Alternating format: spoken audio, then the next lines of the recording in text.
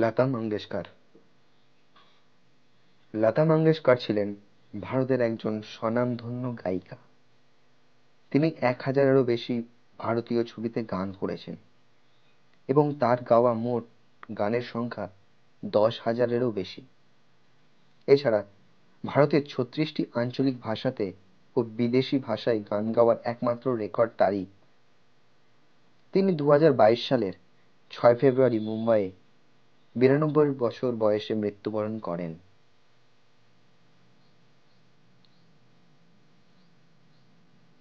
লতা মঙ্গেশকর 1929 সালের 28শে সেপ্টেম্বর মধ্যপ্রদেশে জন্মগ্রহণ করেন। তার পিতা পণ্ডিত দীনানাথ মঙ্গেশকর একজন মারাঠি ও কোঙ্কণী সঙ্গীতজ্ঞ এবং মঞ্চ অভিনেতা ছিলেন। তার মাতা সেবন্তী বোম্বে প্রেসিডেন্সি তালনাড়ের একজন গুজরাটি নারী ছিলেন। তিনি দীনানাথের দ্বিতীয় স্ত্রী ছিলেন। তার প্রথম স্ত্রী নর্মদা সেবন্তীর বড় বোন ছিলেন, যিনি মৃত্যুবরণ করেছিলেন। শৈশবে বাড়িতে থাকাকালীন কে এলো সাইগাল ছাড়া আর কিছু গাইবার অনুমতি ছিল না তার। বাবা চাইতেন ও শুধু ধ্রুপদী গান নিয়েই থাকুক। জীবনে প্রথম রেডিও কেনার সামর্থ্য যখন হলো, তখন তার বয়স 18। কিন্তু রেডিওটা কেনার পর নব ঘোরাতেই প্রথম যে খবরটি তাকে শুনতে হয় তা হচ্ছে কে এলো সাইগাল আর বেঁচে নেই। সঙ্গে সঙ্গে রেডিওটা ফেরত দিয়ে দেন তিনি। 1989 সালে ভারত সরকার তাকে দাদা সাহেব ফালকে পুরস্কার ভূষিত করেন। তার অবদানের জন্য 2001 সালে তাকে ভারতের সর্বোচ্চ সম্মাননা ভারতরত্নে ভূষিত করা হয়। এম.এস. সুব্বুলক্ষ্মীর পর এর পদক পাওয়া তিনি দ্বিতীয় সঙ্গীত শিল্পী। 2007 সালে ফ্রান্স সরকার তাকে ফ্রান্সের সর্বোচ্চ অসামরিক সম্মাননা লেজিও দনের অফিসার খেতাবে ভূষিত করে। তিনি 3টি জাতীয় চলচ্চিত্র পুরস্কার, 15টি বাংলা চলচ্চিত্র সাংবাদিক সমিতি পুরস্কার, 4টি শ্রেষ্ঠ নারী নেপথ্য কণ্ঠশিল্পী বিভাগে ফিল্মফেয়ার পুরস্কার, 2টি বিশেষ ফিল্মফেয়ার পুরস্কার, ফিল্মফেয়ার আজীবন সম্মাননা পুরস্কার সহ অসংখ্য পুরস্কার অর্জন করেছিলেন তিনি। 1974 সালে তিনি প্রথম ভারতীয় হিসেবে রয়্যাল অ্যালবার্ট হলে সঙ্গীত পরিবেশন করেন। 5 ভাই বোনের মধ্যে লতা সর্বজ্যেষ্ঠ।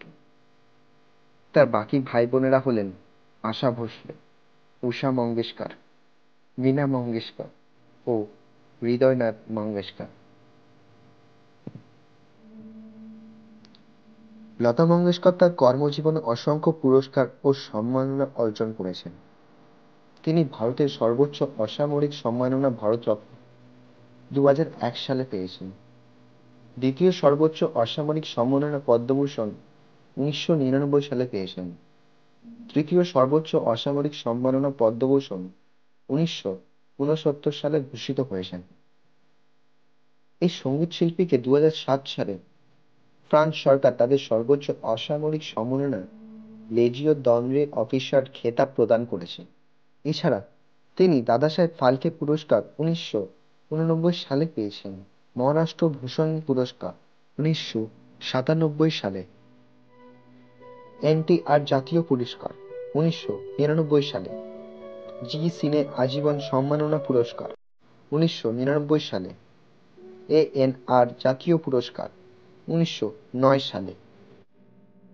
শ্রেষ্ঠ নারী নেপথ্য কণ্ঠশিল্পী বিভাগে 3টি জাতীয় চলচ্চিত্র পুরস্কার এবং 15টি বাংলা চলচ্চিত্র সাংবাদিক সঙ্গীত পুরস্কার পেয়েছেন।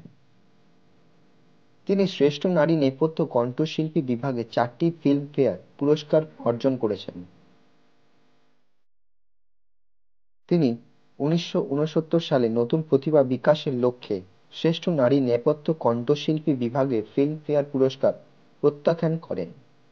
পরবর্তীকালে তিনি 1993 সালে ফিল্মফেয়ার আজীবন সম্মাননা পুরস্কার এবং 1994 ও 2004 সালে 2বার ফিল্মফেয়ার বিশেষ পুরস্কার অর্জন করেন। ভারতের সঙ্গীত সাম্রাজ্যের সুর সম্রাজ্ঞী হিসাবে অধিক পরিচিত লতা মঙ্গেশকর সালের 8ই জানুয়ারি কোভিডে আক্রান্ত হয়ে মুম্বাইয়ে ব্রিচ ক্যান্ডি হাসপাতালে ভর্তি হন। করোনা মুক্তও হয়েছিলেন, কিন্তু পরবর্তীতে শারীরিক অসুস্থতায় অবস্থার অবনতি হয়। 6 ফেব্রুয়ারি 2022 সালে সকাল 8:12 নাগাদ হাসপাতালে মৃত্যুবরণ করেন লতা মঙ্গেশকর।